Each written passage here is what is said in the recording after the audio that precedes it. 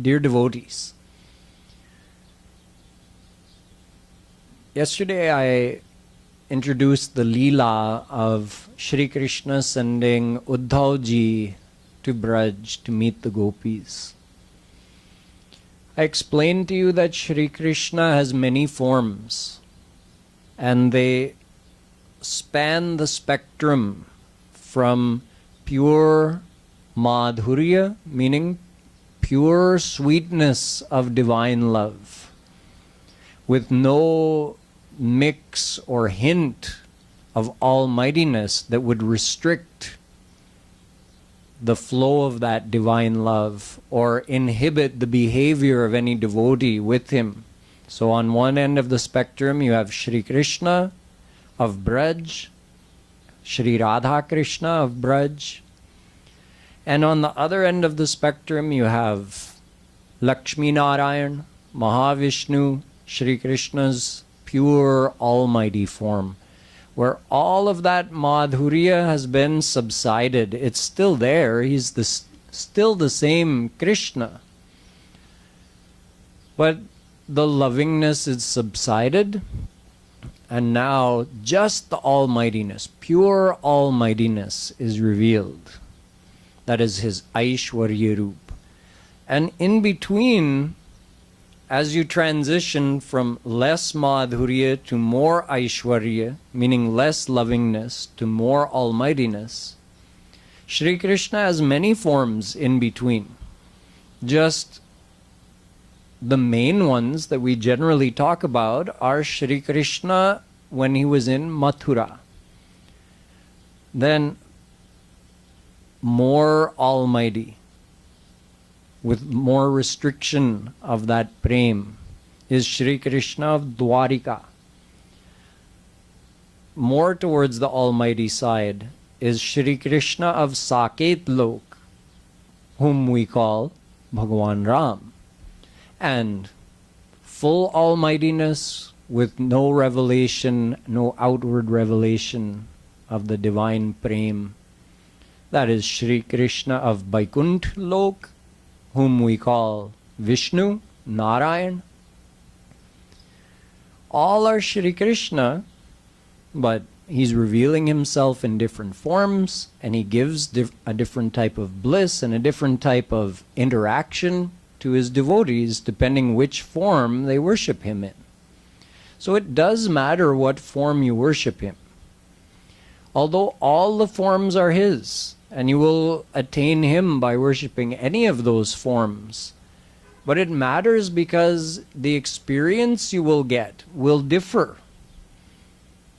Like if you go to the Supreme Court where your mother sits as a Supreme Court justice, you can't demand your mother to treat you the way she does at home, right? Not in that situation. You may argue, but it's my same mother. I'm her daughter. I'm her son. Why can't I? No, not in that situation. When she comes home, then you can have full freedom to quarrel with her, joke with her, get a hug from her. She can feed you right in your mouth. You can have all these loving interactions with your mother, but not in the courtroom. It's not allowed. So if someone says, oh, it doesn't matter, all the forms are one. Yes, they are one, but it matters. It makes a difference. Which type of relationship do you want? That should determine which form of Shri Krishna you worship. After God realization also, saints are classified according to what form of Shri Krishna they worshipped.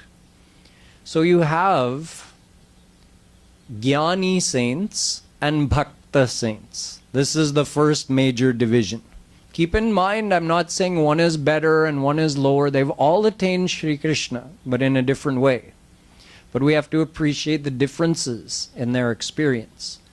The Gyani has attained formless Shri Krishna.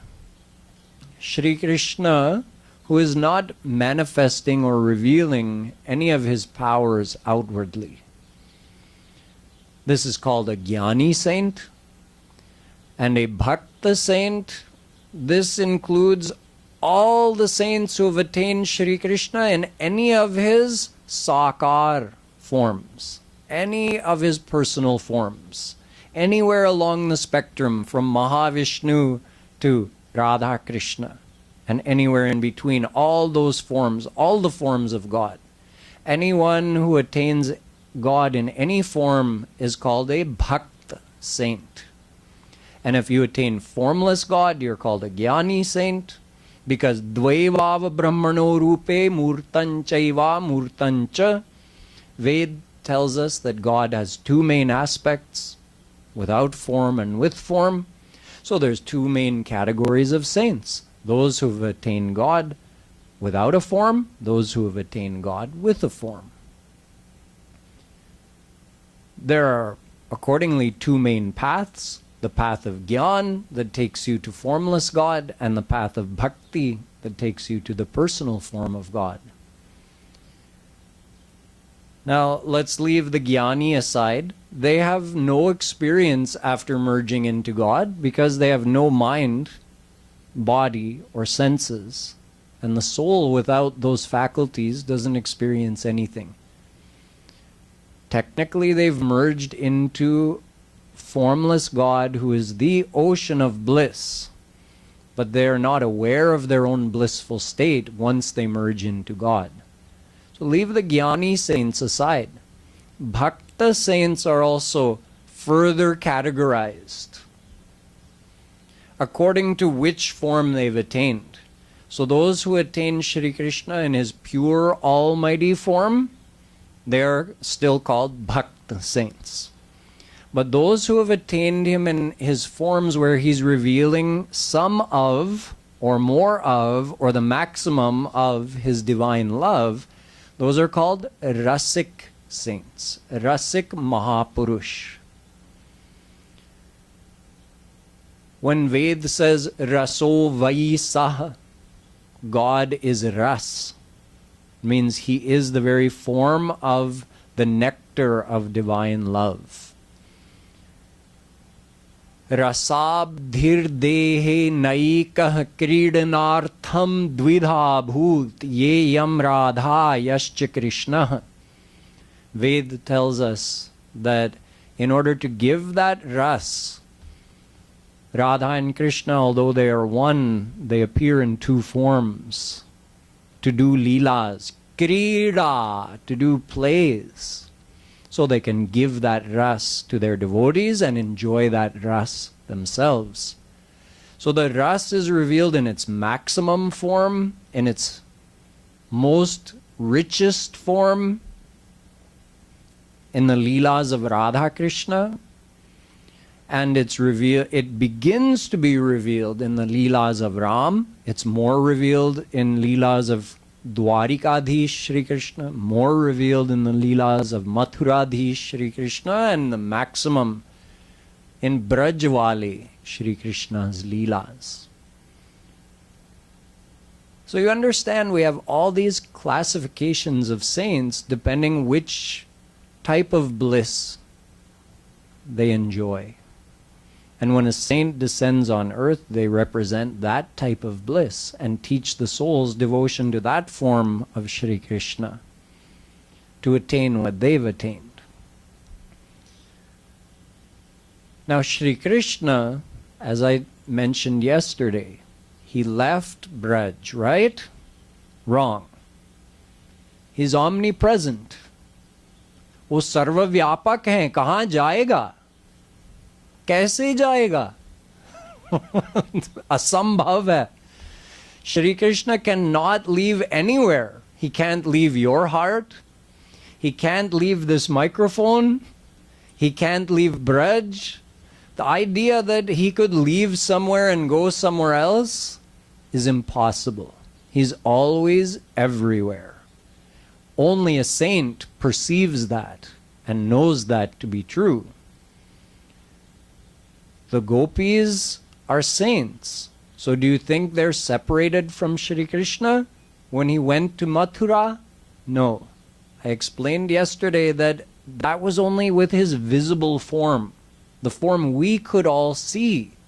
In that form, Shri Krishna left and went to Mathura, later to Dwarika. So for us, Shri Krishna was no longer in Braj, but for the Gopis, he was still there. They're divine saints, Rasik Mahapurush. So they can never be separated from him. But Shri Krishna has many tasks to perform when he comes here. He wanted to reveal the ras of those Braj Leelas. He wanted to reveal the ras of those relationships, Vatsalya Bhav, Sakhya Bhav, Madhurya Bhav. He wanted to reveal all of that, but he also wanted to reveal the bliss of Mathuradhish, his form. He also wanted to reveal the bliss of his form as Dwarikadhish. So he had to go and reveal those forms and do some other work too, fighting Mahabharat war, telling Gita. All of these things were pre-planned and he had to do them. So after doing Maharas, he left Braj and he went to Mathura. Some people wonder, over there in Mathura, Shri Krishna was the king. He made Ugrasen the king, but Shri Krishna was viewed as the leader, the ruler. And when he went to Dwarika, he established a whole new city and he ruled over there, and he had 16,108 queens. 16,108. People wonder, why did he leave Radha and go and get married to the queens in Dwarika? Okay, let's rewind. You should already be able to answer this question. That's his other roop, right? So that would be like saying, why did Krishna marry Sita? It's another avatar. Sita is Radha. Krishna is Ram. So in that avatar, we call them Ram and Sita. And they do the Leela of getting married for their devotees, for us to enjoy. Radha and Krishna, in some of their avatar, they do a marriage Leela also. And sometimes they don't. In this most recent avatar, they did a marriage Leela at Bhandir Vat. There's a big, huge banyan tree on the bank of Yamuna River in a forest called Bhandir Van. This tree was so big that some of its branches stretched all the way across Yamuna River. And the Gwalbals used to walk across them to get across the river. It was such a huge tree. So under that tree, in the kunj beneath that tree, Brahmaji came and performed the ceremony of Radha and Krishna's Leela. He became, of their wedding. He became the Purohit.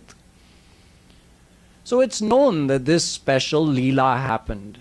Only the Gopis were there to witness it. It was a special private Kunj Leela, only for the Gopis. Anyway, it happens differently every time Radha and Krishna come. Sometimes it's a public wedding, Mother Yashoda and Kirti Maya and everybody's there, all of Braj. Sometimes they don't get married at all, but it doesn't matter. Radha is Krishna, Krishna is Radha. I told you that there are many types of saints, right? So, according to the classifications of how we love Shri Krishna, even a Rasik Mahapurush who has attained Shri Krishna will be further categorized as a Dasya Bhav Rasik Mahapurush, Sakhya Bhav Rasik Mahapurush, Vatsalya Bhav Rasik Mahapurush, Madhurya Bhav, Rasik Mahapurush. Depending whether they viewed themselves as a servant of Shri Krishna or a friend or as a parental figure or as his preyasi, as his beloved, and he's your beloved.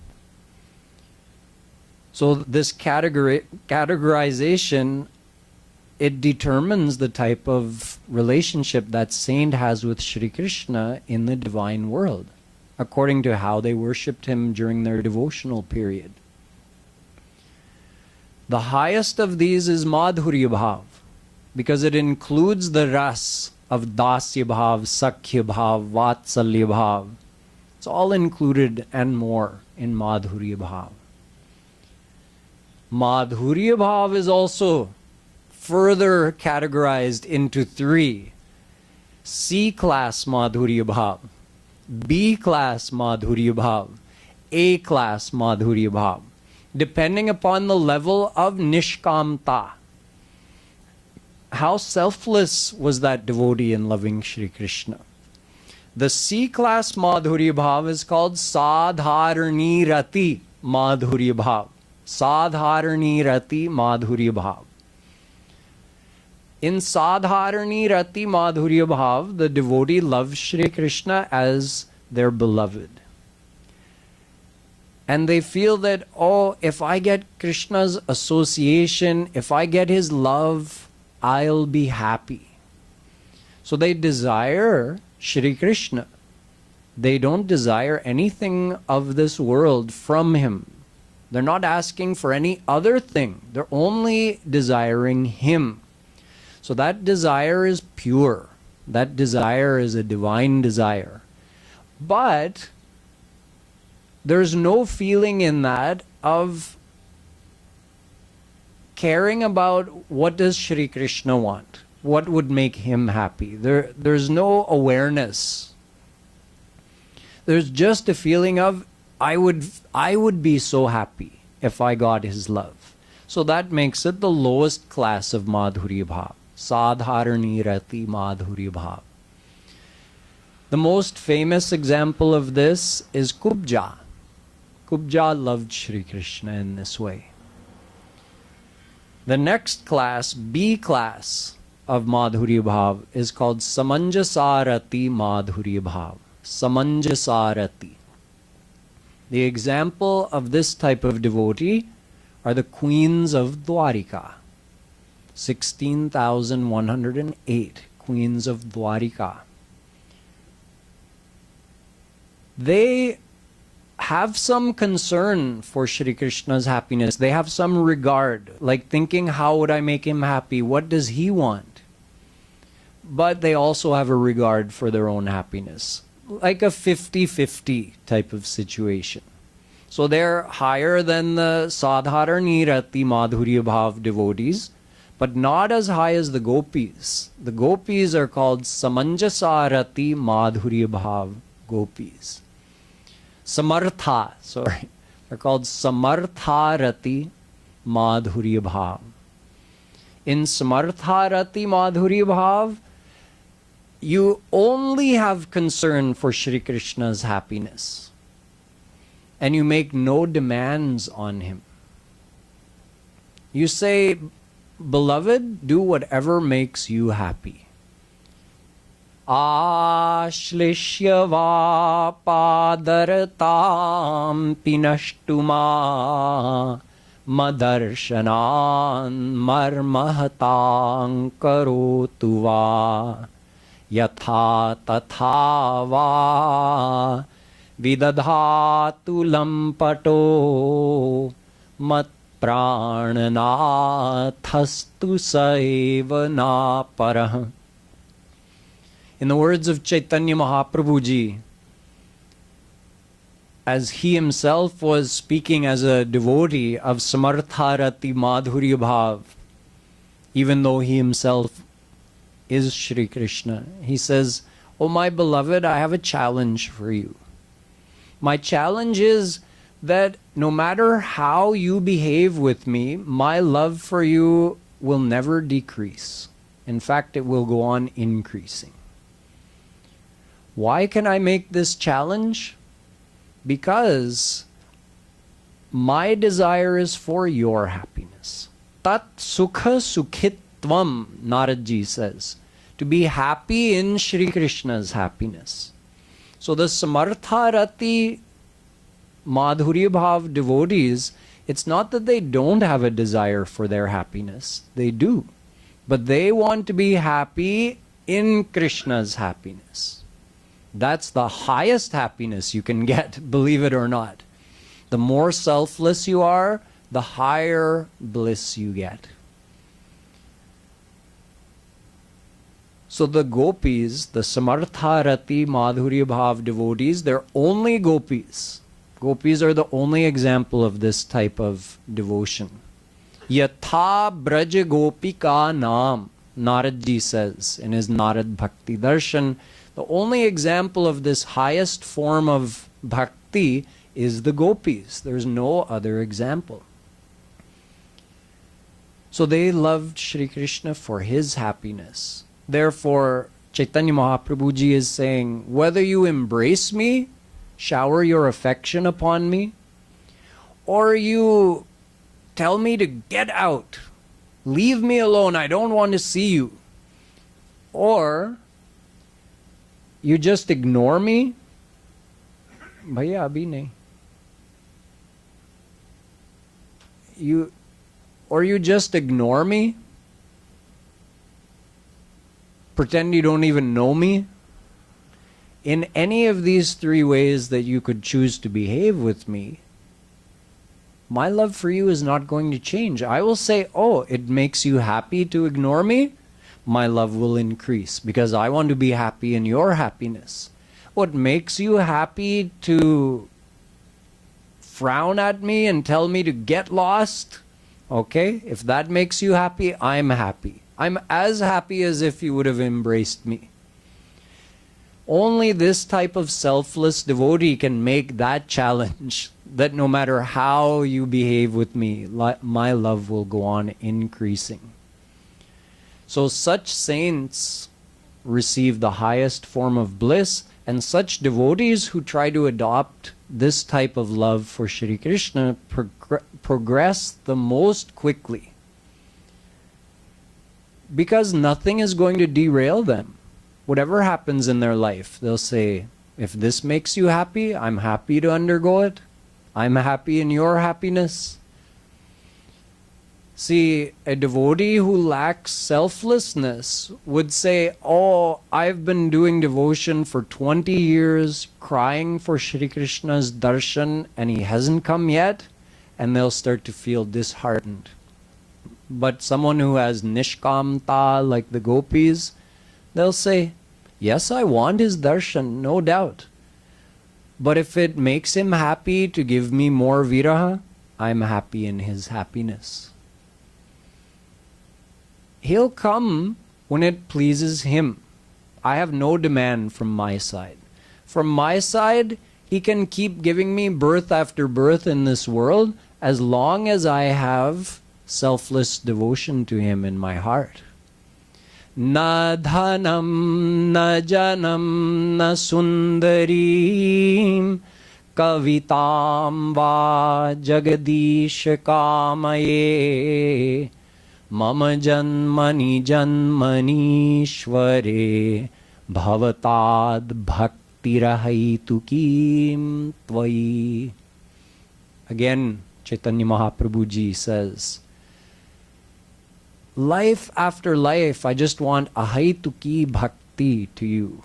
Selfless devotion with no condition, no demand. I don't want to ask anything from you. I only want to be happy in your happiness. Like in the Gopi Geet, I explained that one shlok, the last shlok of Gopi Geet that melted Shri Krishna's heart when the gopis said that even when we are feeling extreme viraha and we get the chance to cool that fire of viraha in our chest by applying the sole of your lotus foot to our chest, even at that time we do so fearfully that I should not press it too hard. and cause even the smallest amount of discomfort to my beloved. When the desire to meet Shri Krishna is infinite, an ordinary person would not think, an ordinary person would just squeeze it. Oh, it feels so good. And you wouldn't think about it. Not the gopis. So the gopis are the samartharati madhurya bhav devotees, and this is why only gopis qualify for Maharaj. And many other sweet Leelas of Radha Krishna, which are the private Leelas of Vrindavan that happen in the Kunj Leelas, Nikunj Leelas, Nibrit Nikunj Leelas.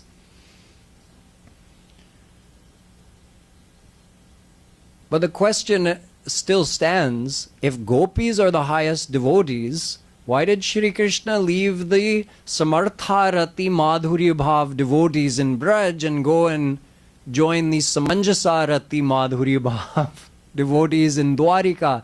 Why did he leave the A-class Madhurya Bhav devotees and go to the B-class Madhurya Bhav devotees?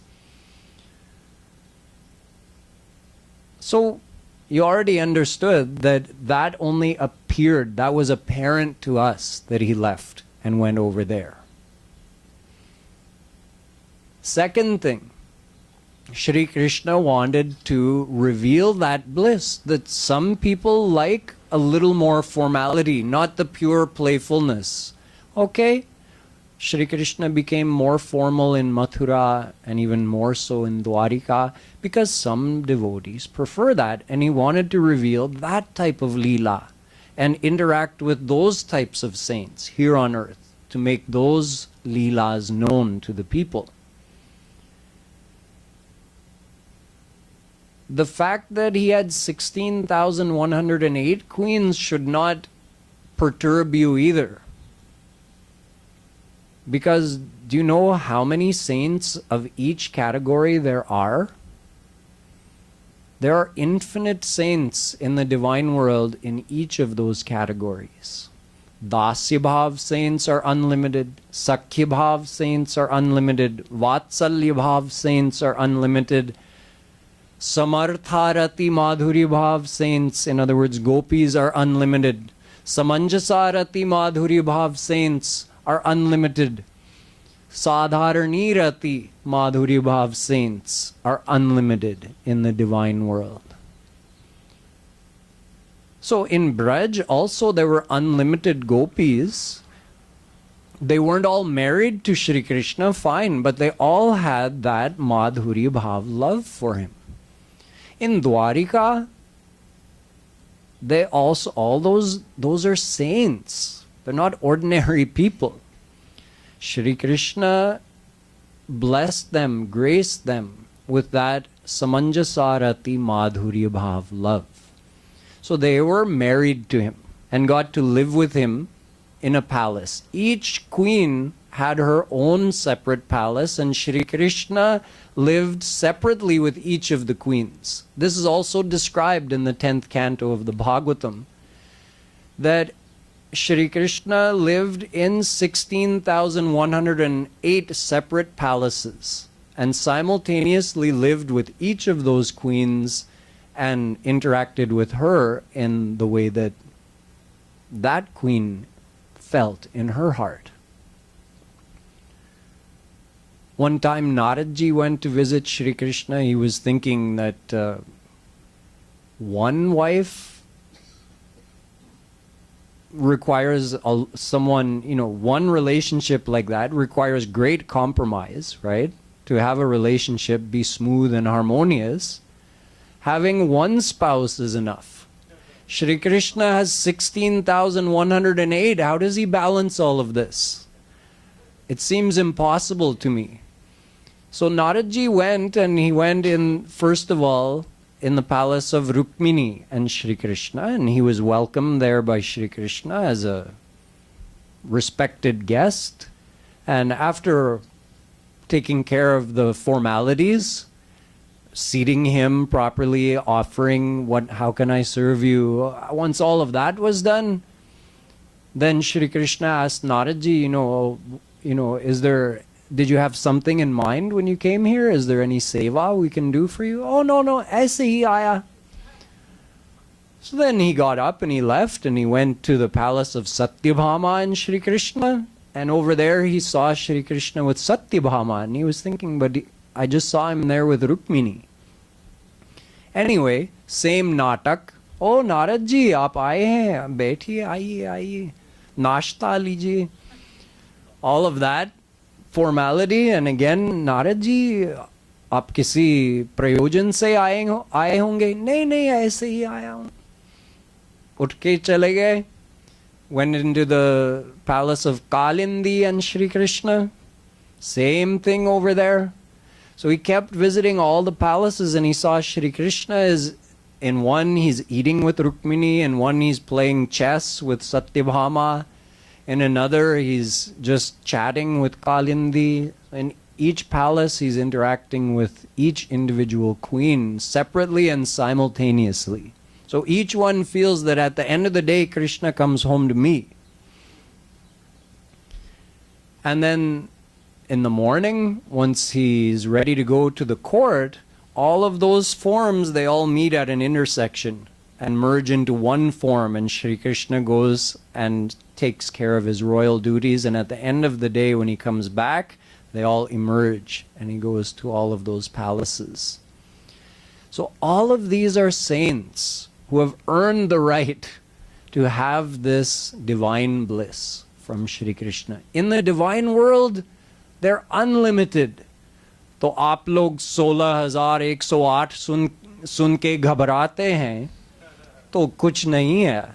Gopis are unlimited. The Samanjasarati Madhuri Bhav devotees are unlimited.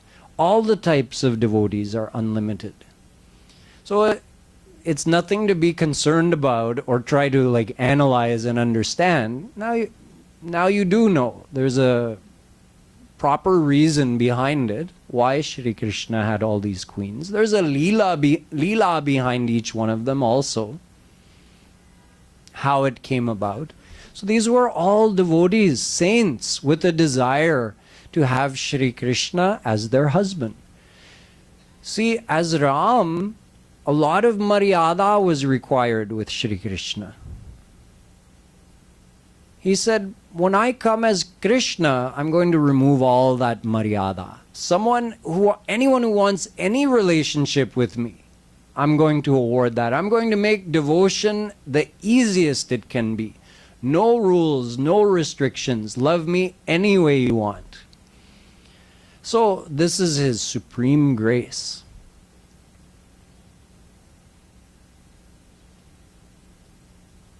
Nevertheless, the gopis have a special place in Shri Krishna's heart because of their selflessness.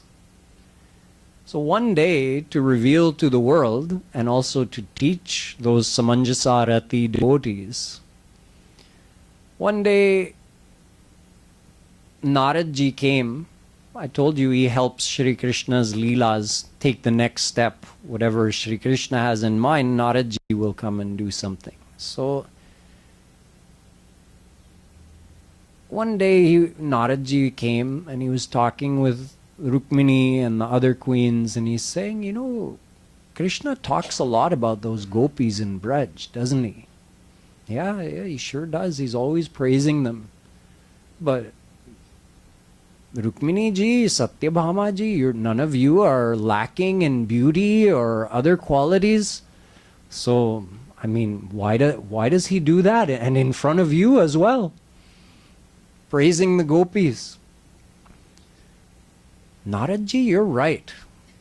We should, iska faisla hona chahiye aaj. Should get an answer from him. So Shri Krishna knows all of this is going on, so he's got this all planned out. He starts bellowing, oh, I'm in so much pain. He's writhing. And all the queens come running. What's happened to our beloved? What's happened?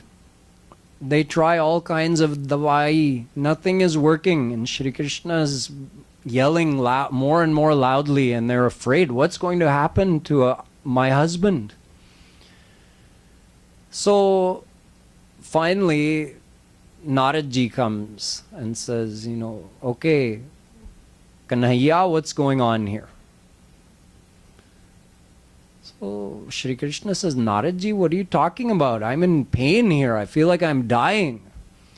Nay, Maharaj, you're the maker of this pain, so only you can tell what's the cure for it.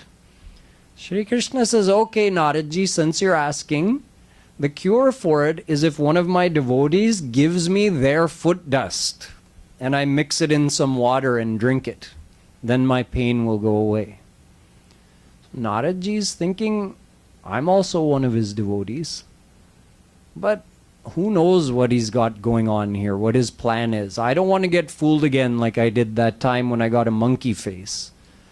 So I'm going to stay just on the edge of this Leela. I'm not getting that involved. But all these queens, they're all God-realized saints. They're his supreme devotees. Let me go and ask them. So he goes and asks Rukmini, Satyabhama, all the queens that, you're saying you wanted to cure your beloved. He says the cure is that you give him your foot dust and he eats that or drinks that. So can you please give me some? They all refused. They said, can you imagine what a bad name we would get? Giving our foot dust to our Lord? Our name would go down in history. We may even be sent to Narak for such a thing. So Naradji says, okay. He goes, tries to find some other saints. Anyone he finds and asks, none of them are willing to give their foot dust. So he comes back, he says, you're going to also have to tell me where to find this medicine of yours. Where is that pharmacy? So he says, for that you have to go to Braj. You won't find that here. Go to Braj. Over there, the Gopis. Talk to them. So Naradji goes to Braj and he first disguises himself as an old man. So he enters Braj walking like that with a stick. Few Gopis see him. The first Gopis to see him say, Naradji, why the disguise? Naradji is thinking, what kind of place is this? I'm going to have to watch myself here. So then the Gopis come and they say, so do you have any news of our beloved Krishna? How is he? Naradji says his condition is very serious. He's in extreme pain. And he says the cure to his pain is the foot dust of his devotees. No more discussion. All the devotees put their feet out, slightly lifting up their sari and say, Naradji, quick, take our foot dust and go and cure him. And Naradji is stunned and still is just standing there looking at them. Aren't you worried that you'll have to go to Narak for such a wrong action? Aren't you worried what people will say about you? The Gopis said, Naradji, if you want to lecture us on the consequences of this, come back and do it after you give him the cure. Anyway, we don't care. We can go to Narak again. Every soul has been there uncountable times. We are happy to go to Narak again if it takes away the pain of our beloved. So Naradji now understood the greatness of Gopi's selflessness. And he collected some foot dust and first took some for himself, then went back and cured Shri Krishna. And then those queens saw, oh, the Gopis, without a thought, gave their foot dust to Krishna. They're so selfless. Now we understand why he's talking about the Gopis. They also had a desire to meet the Gopis at that point, to meet Radharani and the Gopis. Those queens of Dwarika did. And they got a chance to meet them later, but this story's coming later on.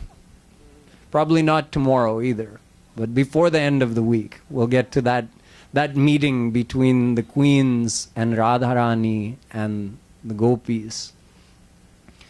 So today you've understood the classification of different saints and how the Gopis are the supreme topmost saints because of their selfless love for Shri Krishna. And Shri Krishna visited or lived in these different places and revealed his different forms in order to do different leelas and reveal the different relationships that souls could have with him.